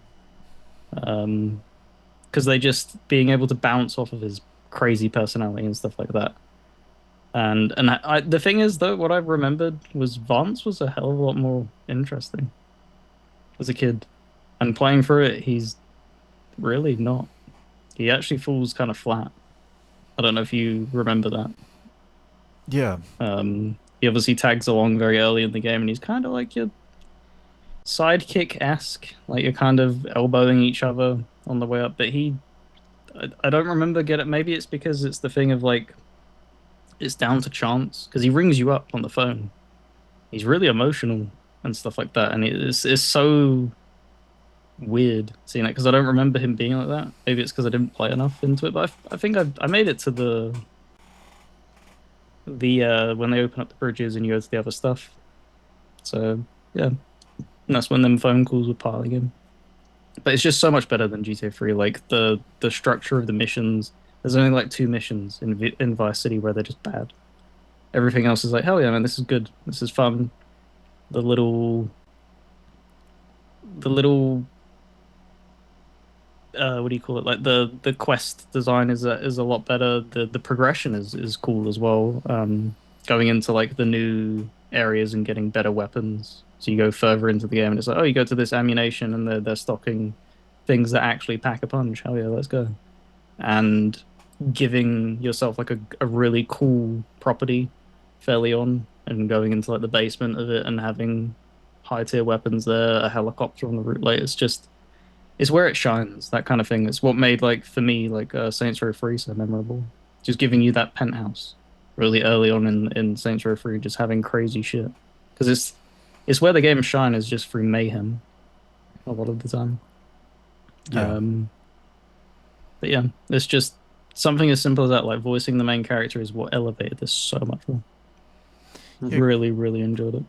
because it's pretty much the same exact bones as Yeah, GTA 3. It's literally the same fucking. I mean, it was supposed to be like pretty much a a DLC yeah, basically, like an expansion.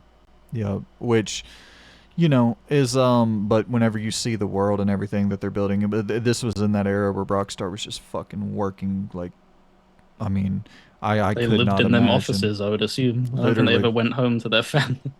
Yeah, I mean that was the infamous thing where what was it during San Andreas's development or four or whatever, where the wife sent the note where it's like you're killing our fucking marriage, you're killing our family, and it was the whole big controversy where yeah, but it's the thing where not to go into a full fucking hoorah American fucking crunch praising crunch culture, but what ends up happening when you do work your ass off is you get fucking greatness and like you get three of the greatest video games ever made releasing in the span of fucking 3 years, which I do think that's the thing though, right? Is like balance. Where why these didn't have to come out in the span of 3 years. I don't even know if that benefited the games. You know what I mean? Like, at least drop them every fucking like give it a 2 year window. Um, I think the games would have ended up. People were rabid though. There wasn't as much competition on the market. And the things that were at the top of their game had that kind of release schedule thing. 'Cause you had Final Fantasies releasing very quick. bam, bam, bam every other year and stuff like that. You had ton. It was just the really like crunch was global. It was everywhere. Like everybody had crunch going because it was there was hardly any money really compared to now. So you had to fucking fight tooth and nail. People lived in them offices and stuff like that to get these projects over the line. It was only about even in the 360 gen, you had people having to live like that. It was probably midway through the 360 where things started to like slowly loosen up, and they're like, "Yeah, this is probably really inhumane. Probably shouldn't be doing this." And unfortunately, yeah, that's where productivity kind of waned and was replaced by adding more people to fix one problem. And we now have different issues in the industry. But this was a huge step up. I don't know what, like, whoever it was that said, yeah, let's voice the main character. That is the big difference. Because, like you said, it is the bone structure of GTA 3. It's the two things that set this apart is the setting, which does it justice. Just Miami is just cool All the heavy and stuff like lifting. that. It's just really, really pleasant to even just look at and be a part of. And then just having that voice acting is just night and day difference. Yep. Yeah, because it is. It's the same exact fucking bones, but it's just Miami, man. Like, and that's Yep. the thing about GTA 6, where it's like, oh boy, I cannot fucking wait to be back in Miami. But it's and also I do want to shout out real quick before I forget. This is a fan made trailer from Backup Game PL, so that we're running here. I don't want to run this footage and you know not respect the person that created it, went through the time of making this. Um, but yeah, Vice City when I played through it last year was a delight to run through. It was still just so beautiful, and it is all vibe, right? Like it's not.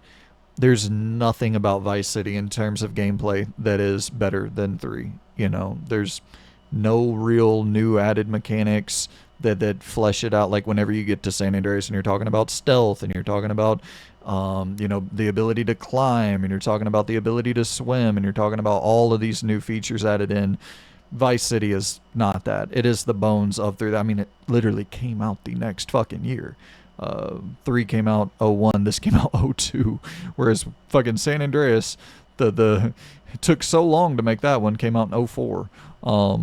It's just what a wild run. But it's the thing, right? Where you look at the independent scene in game development right now and how productive and how much shit is getting done and how many games are coming out on the indie market, and it's like, oh yeah, well, of course they're willing to crunch whenever they own the IP and whenever they can actually benefit. Like, if you think that the indie developers right now aren't crunching their fucking asses off, like, it's just we're in weird times in regards to like crunch culture with the video game industry, where it's a necessity. Obviously, we all know that, but on a corporate level, it is very very hard to like force it. And so it's like, what is the right balance? How in the fuck do you do They that? they can't. That's what they've learned, isn't it? Is that there's been things put in place to absolutely forbid it. It was so despised and stuff like that. But every company's still crunching. It's just like, how are you? Yeah, What is the way you that do it you're? mindfully though, kind of thing. It's not because some of them games you're talking like Obsidian, for instance, with New Vegas. Like that was what, how many months? Like 13, 14 months of just constant, like there's no break. Like that is it. We're at 100 for that because we only have this amount of time to basically survive and stuff like that. Like it's crazy. And if you're an Um, indie game creator, you're crunching harder than fucking anybody. You know what I mean? Like, you're crunching your fucking ass off. If you're obviously, if you're Team Cherry, or if you're somebody who hasn't really, like, if you've made tens of millions of dollars, of course you don't need to. But like, to break in, you're crunching harder than any of the big companies, and like, you have to on a indie level, any kind of independent sort of thing that you're creating, you're gonna have to work your fucking ass off, and like, there's no getting around it. But it's just it's just like, fucking A, man. What is the balance is impossible to find. And It's why we see 10-year long development cycles for Naughty Dog games, and different big huge fucking productions like a Rockstar game, a Naughty Dog game, things that are, there's only a few developers out there who put out the peak, the creme de la creme, the best, like the best games in the world. There's maybe what 3 4 studios that are in that realm, but like we gotta wait on those fucking games, and No, exactly. but I'm fine with It, that. the thing that's why I don't understand of like everybody else in the industry though is does it really take that many people to make some of these titles? Could you not If you begin a don't want to crunch, it restructuring? does. No, but if you restructure it to the point where you can get back, because they're so, like, for instance, Ubisoft, throwing them out there, you could easily take 200-man teams and just have projects that maybe go lolling for like a few years. You could rely on remasters and that. That's what they should have done. Rely on remasters while setting that up, and then you can just have this pipeline of there you go. These 200-man teams can then put things out every other year, maybe, so that it doesn't disrupt it. But there doesn't want to be a shakeup. They don't want to rock a boat that seems so fragile. Yeah, I guess it just kind of depends on like the what are you looking for? If you're looking for Expedition 33 success, then you can get away with 50-man teams. You know what I mean? If you're looking for Assassin's Creed success, then it's like I guess all hands on fucking deck trying to get 20 million copies sold. And it's yeah, I would much prefer a world where I talked about it in the last video where it's like it's crazy to me that the creative director of Sandfall was sitting there with that in his mind, a game like Expedition 33, while sitting in his soulless fucking Ubisoft, at his cubicle or whatever. And it's like if he could have pitched that game to Ubisoft, they greenlit it. It would have took 50 people to get it done in a couple years, and it's like just it's But wild. their minds don't work like that. If Yeah. he was to pitch it to them, then it would be like, okay, well, you need 50 people in this department, 50 in this, 50, and then it just becomes like a four. Like it wouldn't have been the same game. That's the Yo, big difference. for It's sure. crazy. But so where you dropping all the city of the vices? It would be the ending section of the game is still it falls prey of terrible game design. We're having to scoop up money and stuff like that. I don't know if you remember that. Yep. It basically locks you out of the final mission, and it's just like, well, this is a waste of time. What we're doing here. You want to go ahead And and that was, rank San Andreas as well, or yeah, I can knock that out. Definitely of the three, so nobody's surprised it's the best of the bunch. Um, that extra year of development, which I'm sure it probably was more when we're thinking about things of release, people take into consideration. They're like, oh, it released within a year. I'm sure these projects were probably in production a hell of a lot longer and stuff like that for certain stuff. You could feel that it got a lot more love and attention, and it allowed them to make a bigger world, which helped it stand out at the time, and also just more ambitious in not only like game design, like you said, adding stealth, swimming, like all of these different things, going back to Liberty City for stuff, and like just nod throwbacks, these little set pieces that you have, flying school and stuff. Like there's so much that gets tagged on all of the apparel that you can get, clothing, tattoos, haircuts, going to a gym, having in-game relationships with people, like everything that you could have dreamt of when you played these games originally with Free and Vice City and being like, man, this feels like it's mimicking life. That was it. Every corner that you could have try and target it from, it landed on that. It's crazy. yeah, It blows my mind because it's again, it still has the bones of them games, but it's just it feels like it has been refined. Like it's like it has burglary missions. Like it's why did a GTA game need any stealth mechanic whatsoever? Well, because we can. Like that's the type of mentality it felt like they had back then. It's just because we can, and they're one of the only developers that seem to have built such a dragon's horde of success that they still have that mentality. You're going into GTA 6. walking when you're watching the trailer and stuff, and you see the liquid in the bottles. Do we really need to animate it in that way? Like, there's probably some special sauce going on there where obviously it's not a liquid. You're doing some type of thing, but it's like, oh, yeah, because we can, because it looks cool. Because I want to spend an amount of time doing that to make it the better product, and that's yeah, it's commendable.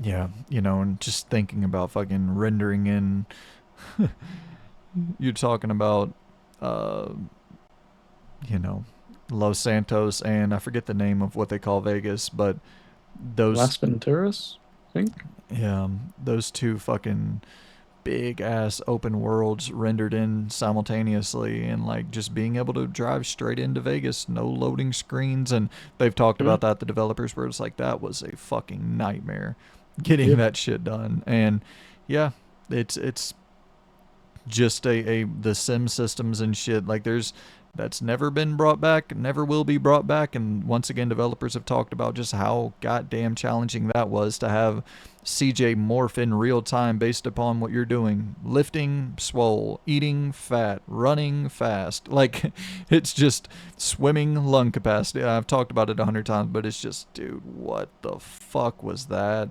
Like it's one of those things where I I love GTA 3. I love Vice City, but this is on a totally different level in my opinion. Like this is it, yeah, I think San Andreas is, I think you could make an argument it's the greatest game ever been made. Like maybe not my personal favorite, but I don't know if there's a better game that's ever been created. Yeah, it wouldn't be up there in that echelon for me, but there's no denying like everything that they accomplished. Because even just something as simple as like they give you access to say because the map is so big, they give you an access to like airports and stuff like that, and hangars so you can use planes and stuff. Just me flying back to the main city, and you're going over like the desert area. I didn't even know there was weather effects in the game. I was like flying through, and it was like I'm like the plane is struggling, and it's because the wind is blowing at you, and it's basically giving you a ton of resistance. It's like this is a 2004 game, and it's doing that. Are you out of your mind? What the? Why did you have to do that? You didn't have to do that, and it's because it's got like a massive storm going on, and it's just like you even accounted for that. Like kudos, man. Yeah. Like that's crazy. And even just like something simple as like shooting, you're leveling up your shooting so that you can perform better and stuff like that. Like he reloads faster, and it's just everything that you could think of. They mechanics based it. It's very very RPG esque, and like you have they flirted with it in GTA 5. You can level stuff up technically ish, but it's never going to go back to that level of complexity. Again, I don't ever think like I would be shocked if you loaded up GTA 6 and was like, yeah, man, back to San Andreas, baby. Everything you're doing has an impact because I the game would implode with how Yeah. much stuff it's having to keep into account. Yeah, I can't believe they pulled this off with fucking San Andreas. Like, once again, just in terms of complexity, like you said, like I don't know, man. Does it get any more complex than that? Like, that's fucking up there. I can't think of many more. I mean, there's no other game in that era that was more complex than that, like just from a design standpoint. But uh, I think you're really getting to Baldur's Gate 3 and RDR 2, like as in terms of just complex game design, all the fucking systems, and having all of that factored in with a living, breathing world that's reacting dynamically. And like, yeah, I think those three games are like the pinnacle in my brain. In my brain of like, oh my god, that's. And then of course you can get back to like some classic shit from the past and be, at that time they were as innovative as anything as well. So it's, you can't necessarily really factor all those things in, but definitely in my lifetime I would say this, Baldur's Gate 3 and RDR2 are like the most complex video games that have ever been created. But shout Yeah, out try San and keep it Andreas. in. Try and keep it in. For me, it's obviously what impact it had on the genre and stuff. Like it echoed. Each of them games solidified something at least that still has effect in today's market. Um, But yeah, San Andreas, even the characters as well. Like we've been praising the gameplay systems and stuff. Like CJ, it's a pretty well written character, Yep. and everybody else that is around him throughout the entire game as well. Because the thing that I wanted to point out, which is what I'll also bring up in the review, is in the other GTA games, you don't really have somebody that stays with you.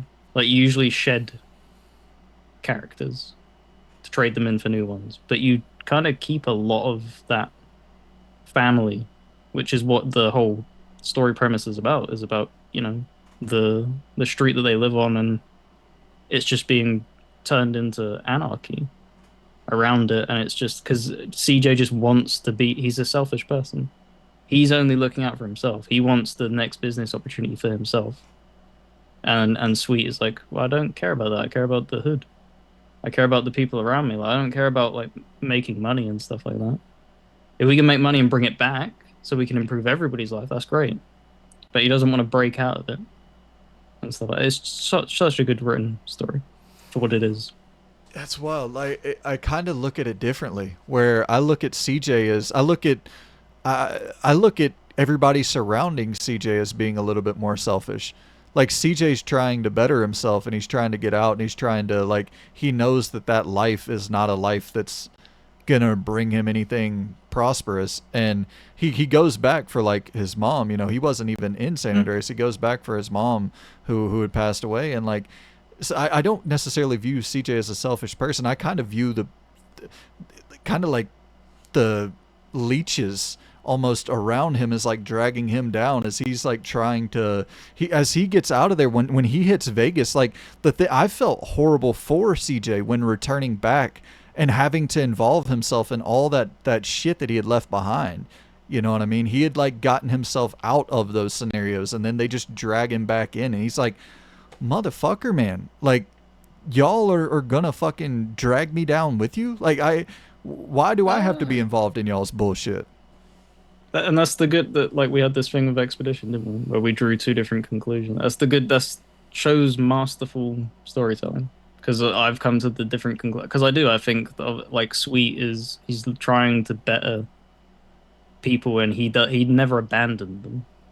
He's trying to stay there to craft that neighborhood that he wants. He wants everybody to be as good as they can be, but everybody ended up, well, not everybody, but tons of people turned their cheek and went the easy route and stuff like that. But even CJ, like some of the people that he interacted with earlier in the game, he has fucked people over, and then you have to deal with the repercussion because he's doing it for his selfish gains. Is what I was feeling.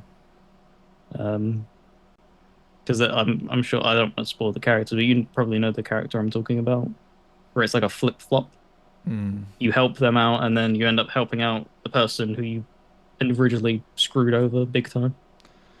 Um, so yeah, Yeah, really, really damn good game.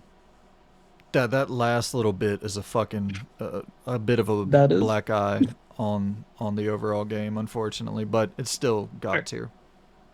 The thing is, though, when I got to that point, it was I expected it because that's 3 games in a row where it's done that. It's like holy shit, you guys like that's 3 games in a row where you've done the same thing, where like you block the finale to make me do some asinine. So it's like, you know what, sure, whatever. So like, I was already over it, but yeah, that was definitely a choice with the gang war things. That was definitely a choice. Yeah, But at least I'll give them credit. At least when you go through that grueling, I think it was like 45 minutes of grinding, just the same thing. The ending's fun. It's a cool little ending and little, yeah, a nice little bow tie to tie the game together. so where you ranking that bad boy? We'll throw it in A. Ready or not ahead of GTA San Andreas? Mm-hmm. Because, like I That's said, I base it off of genre. For me, I don't think that is the best crime sandbox open world. what is like. San Andreas isn't number one. What do you think is like? RDR2, or would you consider that in there? Um, Or Personally, I think RDR2 definitely is above it. It's kind of like I've put myself on the spot here because it's not something I've thought out, but I know it's not definitely top. There are definitely things above it. Um, I've always as well. I'll happily like people can mock this. I mostly prefer the Saints Row games over GTA. I prefer fun over trying to capture as realistic of a sense of stuff like Saints Row 3. Like there's tons of people that hate it and stuff like that because of the over the top nature that it went with. But it's like, look, man, from moment to moment, like the game's just fun. Like it may never hit story beats as high as GTA, and it may never hit certain stuff that it will never accomplish that. But like I didn't ever finish a play session of Saints Row 3 and be like, ugh. Like you just what you it's just enjoyable, which is what I value most in them types of games. so the final one on the docket here I have is RoboCop Unfinished Business, and I'll go ahead and just drop that in the. Honestly, man, I'll do top of D tier for Unfinished Oh, Business. damn. It's well, I shouldn't. I guess I shouldn't drop it above fucking your ranking. I was thinking that I had it. I had GTA 3 at the D tier, but it's listen. It's it was just fucking buggy. It was weirdly buggy. Like there were multiple levels where the objective was for, go in here and kill all the enemies, and then you go in there and kill all the enemies, but the objective is still saying kill all the enemies. And so you're just searching around for more enemies to kill, and it's like, hey guys, there's no more enemies to kill. We've killed them all. It's And bizarre. we're just Because kind of assuming it's PS5, right? yeah. Because someone in the Discord had the same exact issue. And I was like looking for it, and that like it's the one of them weird thing. Like I didn't see, maybe people aren't playing it on Xbox as much, but it doesn't seem like there's many issues on that. It's weird that sometimes you have these type of like port related stuff. Bizarre. Yeah, I don't know, man. I was kind of, and it's the thing where it's like take a little bit longer, Hmm. make these things, and the story's just not as good. Like nothing about it is really. It's a hard recommend for me. I'm glad that it exists. I'm glad that we get games like this. I don't think that they necessarily like. It's definitely not nearly as ambitious as Rogue City, the base game. But and I appreciate that they tried to make this into a full release with like a physical version, and it feels like a real product and not just something that you go on to the storefront and click on and spend $20, and it's like, okay, well, here, I'll waste my time with this for a couple hours. But it's it feels like a full game, and it is like 8 hours long, 10 hours long, something like that. It's a big fucking game, but at the same time, it's just not like. I would much prefer you to take a little bit longer and make a slightly better, more complete, more polished game. But Yeah, it seems like PlayStation primarily had the issues. It's like got glowing reviews on PC. It's unfortunate. yeah, I have no idea, but I do know that it definitely did not. It was not not necessarily a technical powerhouse on any front. It had, were some serious like screen tearing issues, and uh, yeah. But at the end of the day, it's fun to run around in first person as RoboCop, shooting people in the nuts, and the fucking taking off people, splitting people's bodies in half as you're shooting them, and all the grotesque gore. I'm absolutely on board for all of that, but I hope that the next game they release, they take a little bit longer with, keep it in the oven a little bit longer, and when it comes out, it can feel like a fully fleshed out game. Because also, eh, the story was just really weak. Like I just wasn't on board with the narrative at all, and they try to like offer up more choice, but just so little consequence. And the first game I thought did a really good job of balancing that, where it felt like you were actually making choices in the narrative that you would end up seeing, like how that would shape later beats of the story, and you would get the effects of the decisions that you made in the game, like later on in the story, and you'd actually see it like, oh damn, yeah, this is happening directly because I did this other thing, and decided to not take this information to the press, or decided to take this information to the press, or decided to side with this political candidate. Like, there wasn't really a whole lot of that, which, hey, once again, it's just a little DLC thing, but yeah, I wasn't overly impressed with it at all, if I'm being completely honest. Not a bad game, and I think that if you can get it for a decent price, like if you're seeing this and able to pick it up for $15, even maybe $20, probably more like $15. I'd recommend it at $15. But yeah, I'll put it in the D tier for me. I like the base game. I like a whole hell of a lot. I'd probably put that in like the B tier or so. So it's a bit of a bummer for such a significant drop off. But I mean, there were multiple missions. Like, I'm not joking. Multiple fucking missions where I'm having to restart the entire thing just to go clear out the same room that I just cleared out because some weird bug. But yeah, RoboCop Rogue City, unfinished business. Dropping it at the D tier. But that's it, man. Those are the rankings. Hope y'all enjoyed.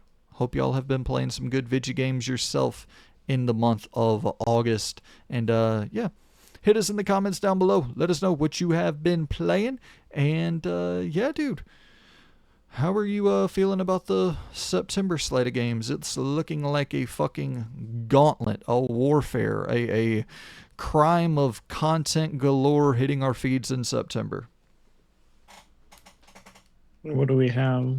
Heliza? Chronos, Chronos, Helizos, Borderlands, obviously MGS3 and Lost Odyssey are dropping late August, and then you have in September as well. Man, there's another big one that I just forgot, but yeah, you got a lot dropping in September.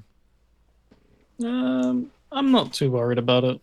I've been a lot more relaxed on day one titles. Like, obviously I'm getting Metal Gear, but like even Hell is Us, like I like the look of it. Saw Fextra live do a deep dive on it. Looks really fun. Don't know if I'm gonna be rushing out to get it though. Like, it's weird. I don't know what's happened this year. That whole like allure of like having to rush. Like, I don't know. I just don't care as much. It's like, yeah, I'm drowning in options. So I can wait.